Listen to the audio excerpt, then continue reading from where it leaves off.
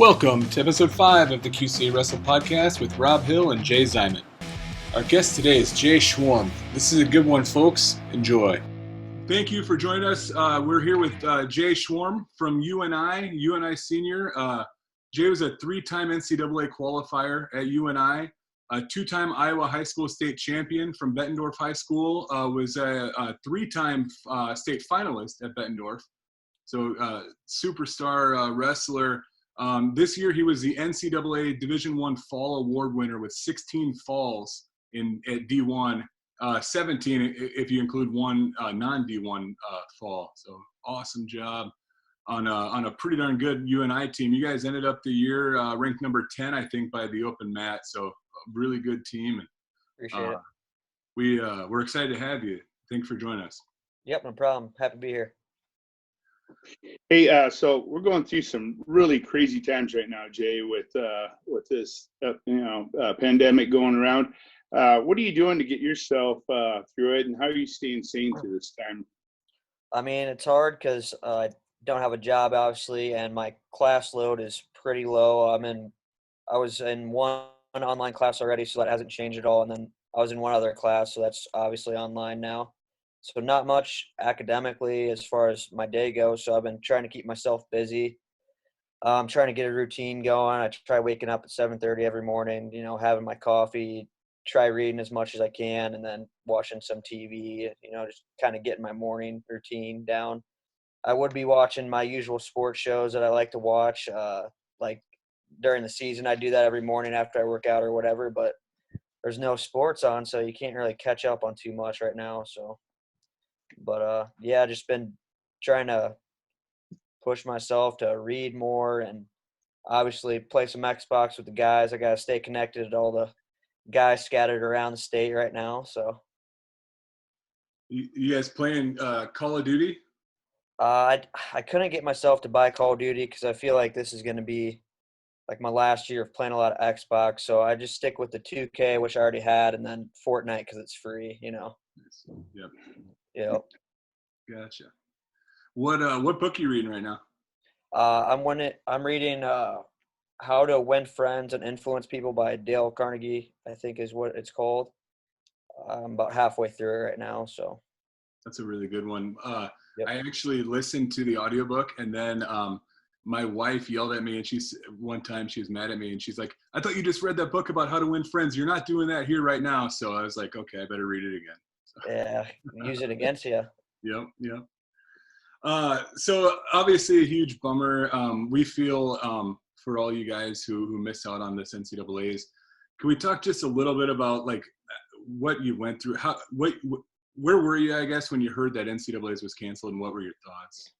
Well, I saw some tweets before it would have been, I think that Thursday it was, before practice. I saw some tweets and some wrestling community people talking about how it's canceled and how it's for sure thing, but it's like, yeah, but like my coaches haven't told me anything yet, so whatever. Like it's, something must be happening. So we go to practice. I put all my gear on.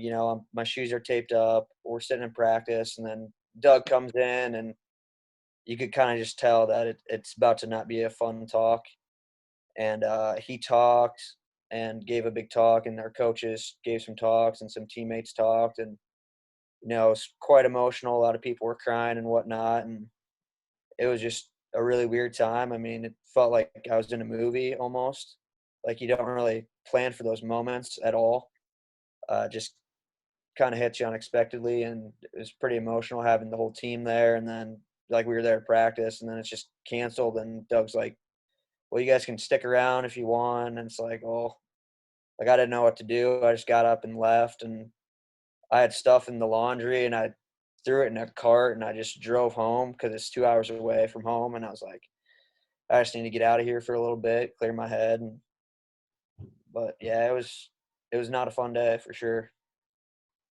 It's such an unfortunate thing. And I want to say, I on behalf of a lot of us, we were really looking forward to watching you, and we're sorry that unfortunate timing, man. And I think unfortunately a lot of people are losing a lot of things right now, and hopefully hopefully we all recover quickly. The one positive, I guess, and I know it probably doesn't feel good, and it doesn't for anyone, is as a wrestler, I've heard people say this, and I think it's probably true. Wrestlers are used to dealing with adversity, and life is tough, and you learn how to get through tough wrestling practices, and I don't think it makes it any easier really, but if anyone's well equipped for disappointment and tough times, I guess wrestling does help with that a little bit. Yeah, I think that's true for sure. And Doug's always given life lessons. Doug Schwab, my coach, is always given life lessons before practices, and he kind of talks about perspective and whatnot. And for a few days, it was kind of feeling down for myself, a little selfish, and something got taken away from me. And then you start to watch the news and look what's going around the world right now. I mean, having 7 days of my career cut short is, not that big of a deal in the long run of things. It's unfortunate for sure, but people are losing jobs, losing a lot of money, and getting sick, obviously. So just keep in perspective that I'm pretty fortunate to have a healthy family and have my health as well. So that's really what I'm kind of thinking about right now. Sure. Good. All right, I'm gonna move us on to a little lighter note here right now, Jay. But let's talk about your start. When did you start wrestling? Where did you start up your wrestling career? How old were you? I think I was about 5 or 6. My dad took me to Pleasant Valley, and I remember. Oh, I don't remember, but there's pictures of me and Travis Willers rolling around, another QC alum, state champ and whatnot. But and then I kind of started getting into it seriously about 4th grade. My dad was driving me up to Loris at the time, where Eric Jurgens was coaching his club out of. And I saw you guys talk to him a little bit ago. Yeah. But I started taking it pretty seriously about 3rd or 4th grade in that Young Guns. And then they moved to Moline, and I followed them to Moline, and then finally Augustana. Awesome. Who are some of the wrestlers that you looked up to, sort of role models, or who helped to kind of influence your style growing up?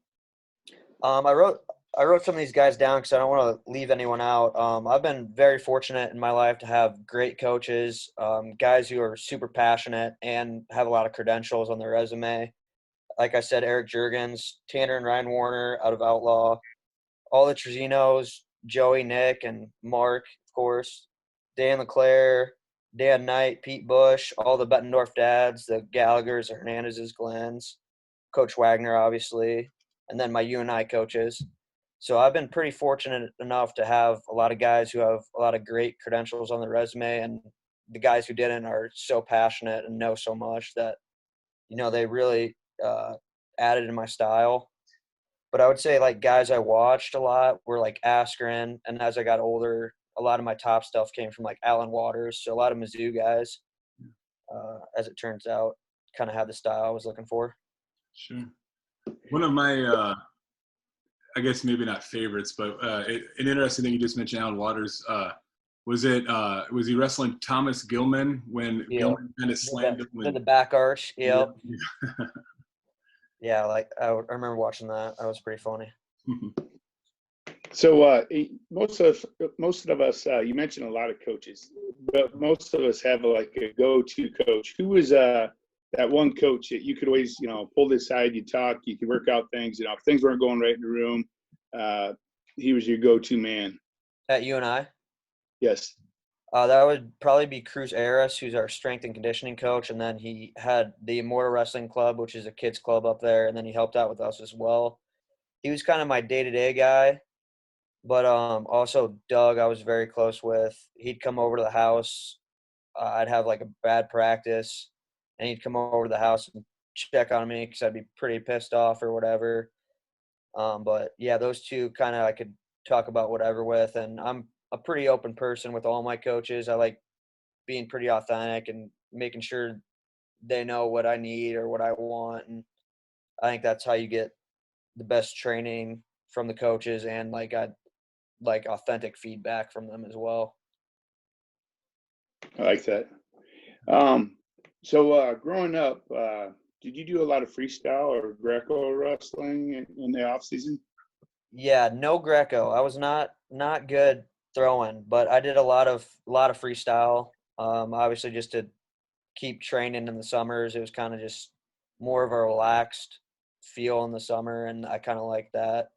So I always did the Fargos and the summer stuff. I think it's super important to do, even if you're doing other sports as a kid, to do freestyle, whether you're training it very hard or not, but just to keep training wrestling. Who is the toughest coach? You've had a lot of awesome coaches for sure, but who would you say was like the toughest one that you ever wrestled for? That's a tough question. All the coaches are tough. I mean, obviously, the Mark Trezino, Nick Trezino, and Doug Schwabs are probably the top three. Making those guys angry is not fun, and they can make practices very hard. I would say probably the Nick Trezino relationship was the weirdest because it's like he's really young, and I'm like in high school, about to graduate, and he's putting me through stuff.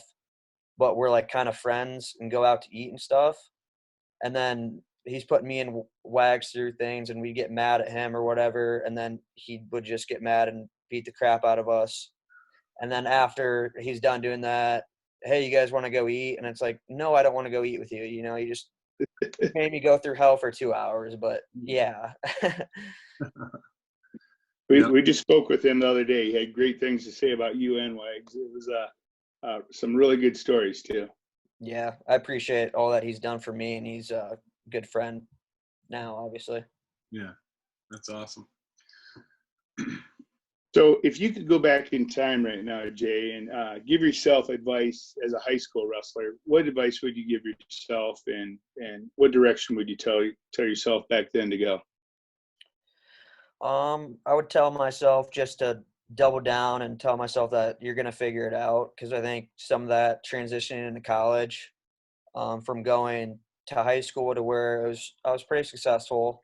Like in the room, I would beat up most guys or whatever. And then you go to college and it's like, you don't even know who some of these guys are. They're like third string guys and they're beating the crap out of you. And it's like, you're supposed to be this, I want to be that. And it's frustrating, but you know, you figure it out. You double down, you keep doing the stuff you need to do, and you do it more. And that's probably what I'd tell myself, which I ended up figuring out, but I wish I didn't figure that out my fourth and fifth year. I wish I would have figured that out like my third and second year. What would you say would be one of the bigger, one of the tougher transitions for a high school wrestler going into college? I would probably say the partners is probably the biggest difference, because there's really no breaks. I mean, I had obviously a great high school team and great teammates there, but some days were easier than others, and there's really not many easy days in the college room. I mean, even the guys that don't see much mat time are still really tough, and if the coaches see that you didn't have enough tough day, they'll come over and give you a tough day. So, but I really liked the training in college probably the most out of all of my training, just because of how it was structured. Could you give us an example? Like, what was the difference in structure? Yeah, like stuff just was different. I think some of the high school stuff and club stuff would be the same, which a lot of guys need because a lot of guys are behind. But I think college guys are so staggered talent-wise that they make it so you can get the most out of what you need to do. It was a lot of individual focus, which I liked. I probably did 2 or 3 individual practices with just one coach or with a partner and one coach a week. And those are really where I got a lot of my technical stuff out, because big group stuff is just, it's good, it's needed, but I felt like with my style, a lot of my stuff's individualized, so I really needed that individual time. Yeah, I'm a big fan of that individual time. So just last year, my son just finished his sophomore year. His freshman year was the first time we decided to finally do some individual lessons, and it was with Nick. And this year he worked a little bit with Nick and Brody both, but it was, I think, super beneficial getting that one-on-one. The club coaches, like, he goes and wrestles, Eric Juergens, we've got still in the Young Guns club. Coach Knight, Coach Trezino at Bettendorf High School, Evans. I mean, they're all good coaches, but it's tough to get to necessarily get what you need specifically in a group setting. So yeah, that's where I think it's super valuable to look for a coach to do some one-on-ones. That's helpful. For sure. And that's kind of another difference in college. I mean, they say it's like inches and ounces in college. I mean, the moves you need to work on in high school are kind of less detailed than the stuff that the adjustments you're going to make in college and whatnot. So yeah, it kind of goes hand in hand. Sure. So this is an uncharacteristic time, of course, we're in right now. But what can a wrestler do right now to get better? I think something I really like doing my freshman, kind of my senior year in college, because I'm sure some guys, especially in elementary school, middle school, and high school, don't enjoy reading. So stuff I would encourage them to do is use YouTube, because there's just so much content on there. I really like watching interviews with like my favorite athletes or like my favorite, famous people, just kind of see their mindset and how they got to where they were. That's something that they can do. And then obviously working out right now is kind of hard, but you can still do what you can do. I think anything is better than nothing at this point. So those stuff I would encourage people to do. Who's your best teammate in high school and in college, and what made them be a good teammate? That's a tough question. I don't want to put anyone on the spot, but guys I looked up to in college were for sure like the Dylan Peters, who was at my weight class before me, and I think that's really why I looked up to him, because I would go with him as much as I could while I'm there, and he kind of showed me how to do stuff, because coming in I weighed like 127 pounds, like I never cut weight, and he was cutting a lot of weight, so I learned how to do that once I got bigger. I saw how consistent he was and how detail oriented he was. And then Josh Albert also was a really good friend of mine, and probably the best teammate I've had as far as advice, being a leader, leading by example, but he was also verbal. So that was important. And then Wags has been my teammate since elementary school, middle school, and high school, and now college. So that's one that's really important to me as well. You've been on very successful teams. Bettendorf, I was looking it up to remind myself. I knew how good you guys were, but four team state titles and 4 runner-ups as a team between duals and traditional state. Just an amazing team. I was trying to figure out, and I kind of lost track, to be honest with you, but I think something like 10 or 11 state titles between you and your teammates, individual state titles. I mean, yeah. You guys were just a bunch of hammers. What made you guys so good? What was there a secret to that? You guys working together so well? I don't know if there was a secret to that other than our coaches, the Coach Knight, Coach Evans, Coach Rosino. They put us through the ringer, and it really brought the best out in us. Competing in the summer is important. Training in the summer was important, and the fact most of us were all pretty good friends, I think helped a lot. It made it a lot more fun, which makes it a lot better as well, because wrestling can be kind of a hard, grueling sport. So having guys that make it fun and funny and enjoyable is probably the best parts of that. I remember when my son was young, going down to Summit Training Center in Bettendorf and watching, before his practices, a lot of times I'd see the high school group, which would be like, I see you, Jack Wagner, Freddie Stroker would be down there, Dayton Racer, I'm sure Paul Glenn, Jacob Woodard, Jackson Gallagher. I mean, just a bunch of, I think everyone I just named ended up spending time at a D1 wrestling program. And one of the things I instilled, I'm trying, and I'm hoping it's working, but I'm telling my son, he loves wrestling. I'm like, you need to get in. I'm like, watch these guys. From what I can tell as an outsider, they all get along really well. They're all friends. They're all hanging out. They're like-minded individuals. I'm like, you need to hang out with a bunch of wrestlers, a bunch of kids with the same goals in mind. So that's what he hangs out with at Bettendorf now, like Griffin Little, Aiden Evans, Logan Adamson. He's hanging out with a bunch of kids who like to wrestle a lot. Dustin Boren. I know I'm going to miss some kids, but I think that watching you guys do that, I think has helped also the little kids now coming up and learning, I guess, how to be good teammates. So it's Pretty For cool. sure. I think it's important to keep guys that wrestle around you because they're being taught the same things you are. They're like-minded individuals, like you said. And, I mean, when you're growing up, you want people that are going to push you and, like, keep you on track, I guess.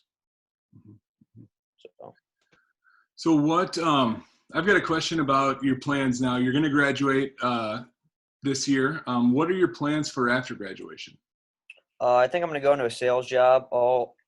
I mean, obviously all that's being kind of pushed back right now, the job process. I'm kind of just being patient, trying to be aggressively patient, I call it, just waiting for stuff to move through, I guess. Hopefully once that goes through, I can put myself in a coaching job. I'm was planning on doing a lot of camps at a Gogi this summer, but not sure when we're going to be able to do those. But I know that once we will, we're going to have a bunch of kids wanting to get out and do that. Maybe even more so now with things being canceled and not being able to practice. Maybe it'll make them not take practices for granted. Yeah. But I mean, I am, so I'm sure they are too. Yeah, yeah, I think so. I know I've got a couple kids right here in my house that are dying to get on the mat for sure. Yeah. So I think, so you're thinking you're going to spend some time down at Agogi? That's in the I future? think that's planned right now. For sure, some camps and stuff, and then we'll see what Nick lets me do, and if that ends up working out, that'd be awesome. Very cool, very cool. I know I'm excited to see it on there for sure. So awesome. Yeah, that'll be cool. All right, Jay, now's where we come up to the part where we got OT, sudden death questions for you. All So right. get some rapid fire items coming at you, some weird questions, and we'll see what you come up with off the cuff. All right. Favorite wrestling movie? I don't know many wrestling movies. I mean, obviously, you got to go with probably Vision Quest. Out of the gate is the one that comes to mind. Yeah, it's a classic. Heck yeah. Yep. Favorite food? Big steak guy, whatever you can grill. So probably just a nice steak. That's what I was craving after season for sure. Okay, I want two answers out of this one. Favorite wrestling match of all time for you, and then favorite match that you would love to sit back and just watch again. One for me have to be a duel. Probably my redshirt freshman year when I wasn't starting. Dylan got hurt, and we were wrestling Mizzou, who was the conference. I mean, they won it like 10 times in a row, conference champs or whatever. And we weren't supposed to win. They had a bunch of ranked guys, and I ended up beating Barlow, who's a Quad City boy. Beating him after he majored me the year before or whatever. So that was cool. We beat them. That was probably one of my favorite matches. I think any big win that I had in a duel is probably my favorite. Just watching the team's reaction and whatnot makes it a lot more fun. And then what was the question? Favorite match of all time? Yeah, favorite match that you would just love to sit back and watch again.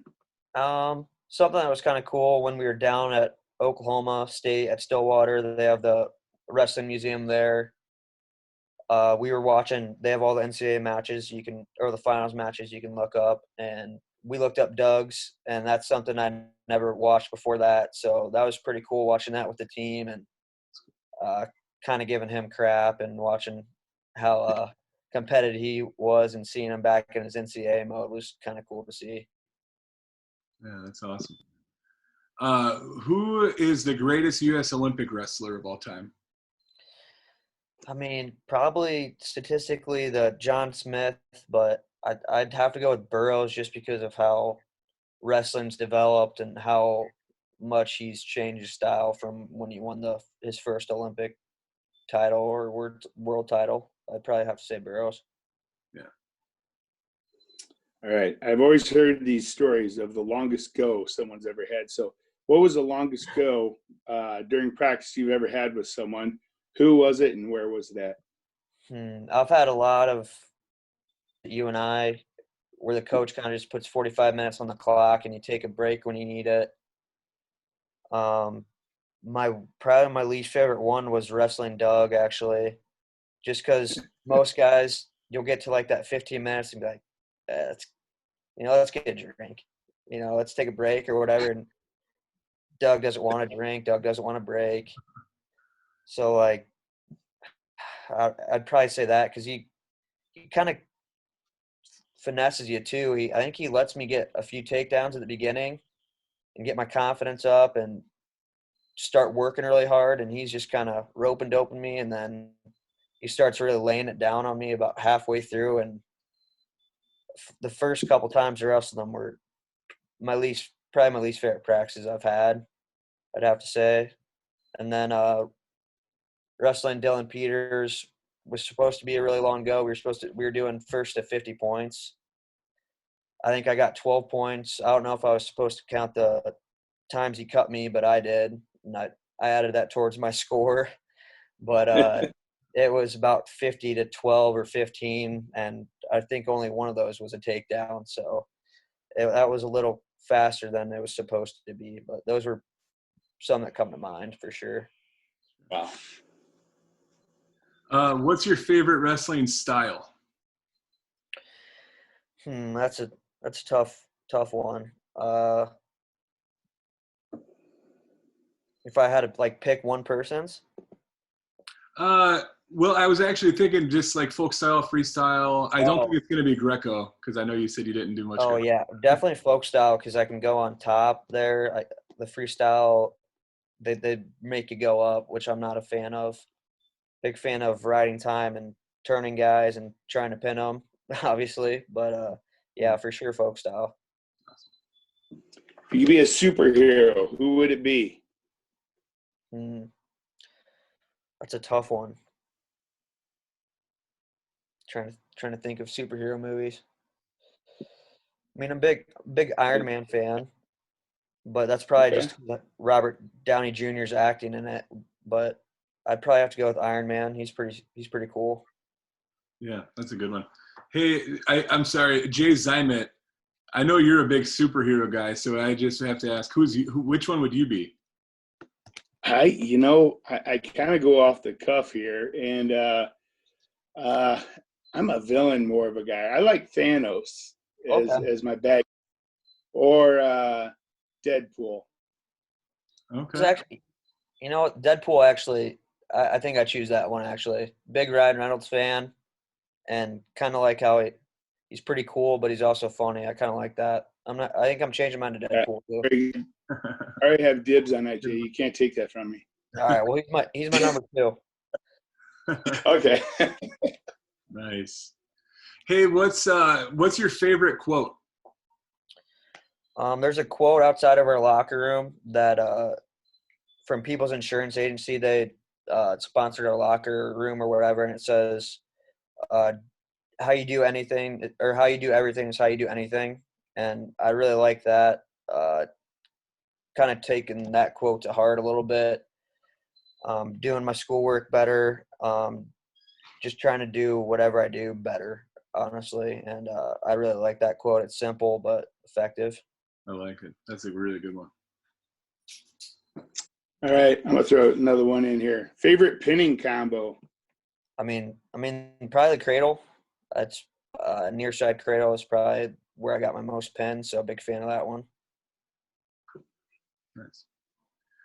Growing up, was it black and gold or cardinal and gold or purple and gold?